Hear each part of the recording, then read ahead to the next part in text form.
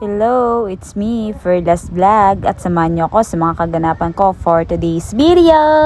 Tara, uwi na!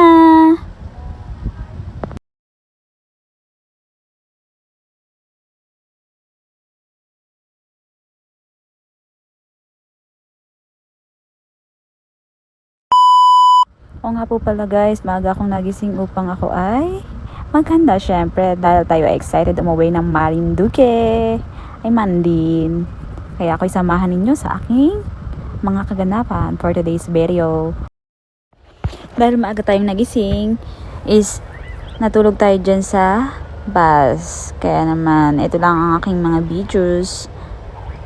So yun guys, pagkalipas ng 5 hours na biyahe ng Manila is nakarating na tayo ng Fort of Balanacan.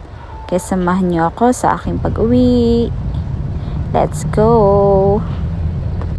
Kung hindi mo pa napupuntahan ang isla ng Marinduque o ang probinsya ng Marinduque, ay nako, magbalak ka na mga ngabi dahil ang probinsya namin ay maganda, maraming mga pwedeng puntahan at isa sa pinaka magandang probinsya dito sa Pilipinas. Saka maliligat at mahihiyabo daw yung mga taga Marinduque. Ay totoo ba yun?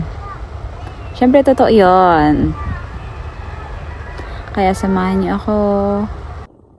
Ang isa sa maganda at pahinga sa probinsya ay syempre ang mag-relax at namasyal. Syempre ang pumunta sa mga island. Yon ang isa sa pinaka magandang pahinga dito sa Marinduque.